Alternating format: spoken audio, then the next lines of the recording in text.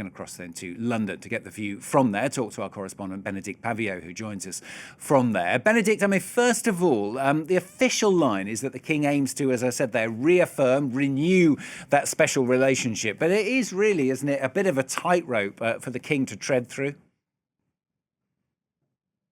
Well, King Charles certainly has a delicate mission, a diplomatic challenge ahead of him. He's got lots of experience. Remember, he was a Prince of Wales waiting for a very long time, heir to the throne, by the side of his highly experienced late mother, Queen Elizabeth II. So it's the first time, we should point out, that Charles has visited the US as monarch, and first state visit of any British monarch since 2007.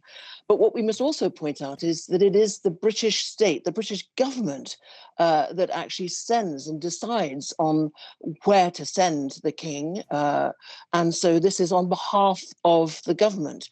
And it's interesting to see that royal sources recognize this trip is going to be, quote, a delicate balancing act. But they underline, too, that there's a bigger picture, which, of course, they want the king to dwell on, of long-term US and UK friendship. So on the royal agenda today, the king will be diplomatic, he'll be charming. How candid will he be when he has a bilateral meeting behind closed doors? No ad-libbing in public, of course, very tight choreography to all of this. But when he meets President Trump, and then the biggest diplomatic moment will be his address today to both houses of the US Congress in Washington. Now, he's expected to highlight moments when the UK and the United States have had moments of, well, difficult moments in their relationship, and that actually they've overcome those differences. So the king will argue that in times of global instability, Ukraine war, Iran war, and many other problems, allies must stand together to defend democratic values. And so that will be very interesting to watch the tone.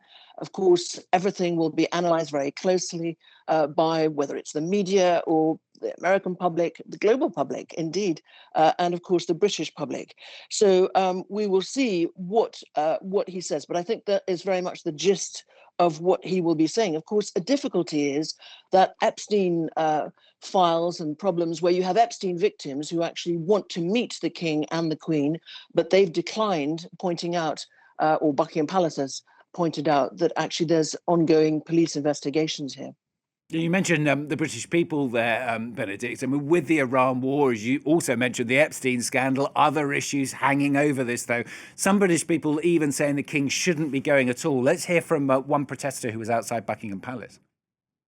The British people do not want this state visit to go ahead. We should not be sending the king to wine and dine at a state banquet with Donald Trump when he is driving a cost of living crisis as a result of his war in Iran. And crucially, the UK government are allowing the US military to use our air bases to load up with bombs, take off, and conduct strikes. That makes us complicit. And so sending the king right now sends a signal that we're actually okay with whatever Donald Trump is doing on the world stage, when actually we need to be working with countries around the world more aggressively to bring about stability in the Middle East and address the cost of living crisis.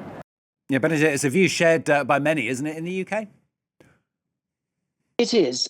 There's no doubt that both the timing and the very fact of this deployment of what is a soft power, huge asset of the British royal family, of the king himself, has been, well, subject to huge criticism, doubt, and but that's, of course, the will of the government. It's been long planned, long prepared, and despite the security scare at the weekend, it was decided that it would go ahead with just a few small different changes. But when you get repeated criticism from President Trump saying that Keir Starmer is no Churchill, diplomatic tensions over the Iran war, Diego Garcia, the Falkland Islands and the British sovereignty over the Falkland Islands, so many criticisms, interference, for example, in domestic politics, saying that Keir Starmer should actually change the government's policy on immigration. Of course, the cost of living very much in people's minds here, and what that gentleman outside Buckingham Palace was pointing to is, of course, the problems in the Strait of Hormuz. So actually, as we speak, Keir Starmer actually in a cabinet crisis meeting trying to address some of these problems of the cost of living.